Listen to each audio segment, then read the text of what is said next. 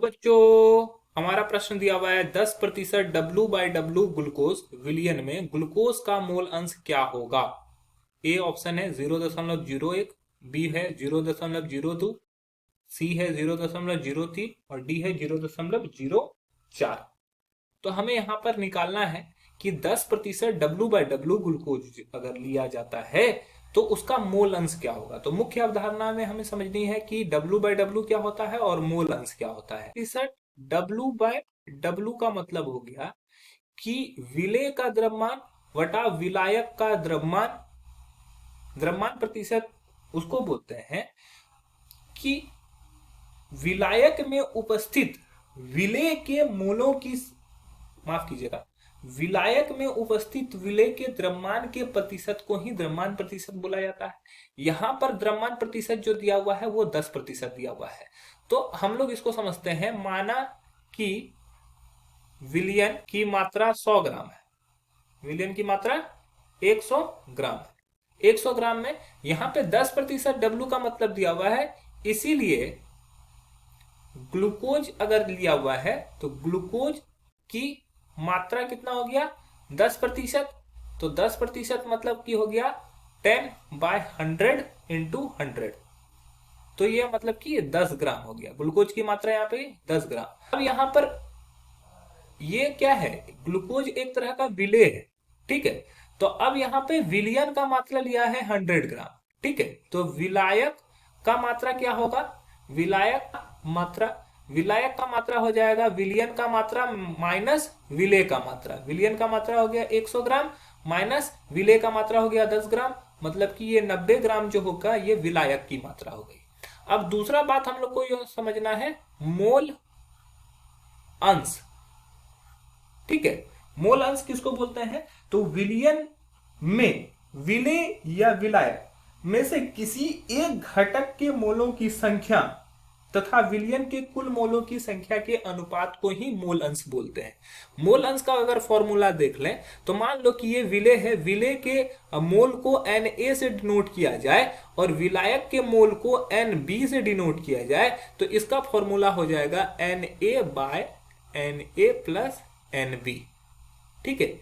ये अगर विलेय के निकाले, विलेय के लिए अगर निकाला जाए, और विलायक के लिए अगर मोलांश निकाला जाए तो विलायक के लिए मोलांश हो जाएगा Nb/Na प्लस Nb।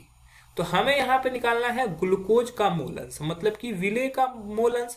विलेय का मोलांश क्या हो गया, तो विलेय का पहले मोल निकालना होगा, तो ग्लूकोज के मोल, तो मोल का वैल्यू होता है भार बटा मोलर भार। तो भार यहाँ पे कितना दिया हुआ है 10 ग्राम हम लोग निकाले हैं, 10% दिया हुआ है तो 10 ग्राम निकाले हैं। और मोलर भार ग्लूकोज का हम लोग निकालेंगे, ग्लूकोज का फॉर्मूला होता है C6H12O6। तो इसका मोलर भार कैसे निकलेगा, तो कार्बन का एक का 12 होता है, 6 कार्बन है, हाइड्रोजन का एक होता है और 12 हाइड्रोजन है, ऑक्सीजन का एक परमाणु का भार 16 और यहाँ पे 6 परमाणु उपस्थित है, तो ये निकल जाएगा 180, ठीक है। अब हम लोग ग्लूकोज का निकल गया, तो अगर इसको हम लोग सॉल्व कर लेंगे तो ये निकल जाएगा 0.055 मोल, ठीक है। उसी तरह अगर हम लोग विलायक, विलायक यहां पर क्या होगा, विलायक यहां पर जल होता है। ग्लूकोज अगर ग्लूकोज लिया है तो ज्यादातर विलायक अगर नहीं दिया हुआ है तो विलायक हम लोग क्या मान लेते हैं, जल के मोल। तो जल का मोल निकालना होगा तो भार बटा मोलर भार, यही होगा फॉर्मूला, भार बटा मोलर भार।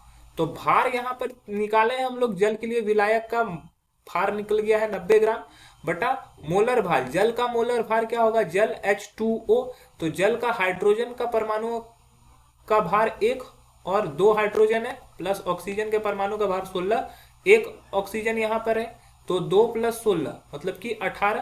तो ये 18, तो यहां पर 5 मोल हो जाएंगे, ठीक है।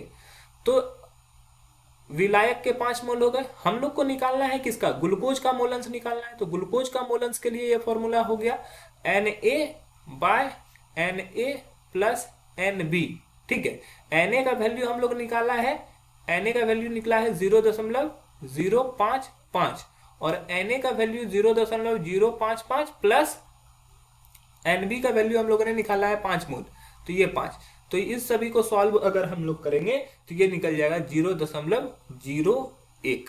ठीक है, तो हमारा जो मोल अंश आ जाएगा ग्लूकोज का वो क्या आ जाएगा 0.01, जो कि ऑप्शन ए में दिया हुआ है। ऑप्शन ए हमारा सही हो जाएगा, बाकी सब उत्तर गलत हो जाएंगे। आशा है कि ये आपको समझ में आया होगा। धन्यवाद।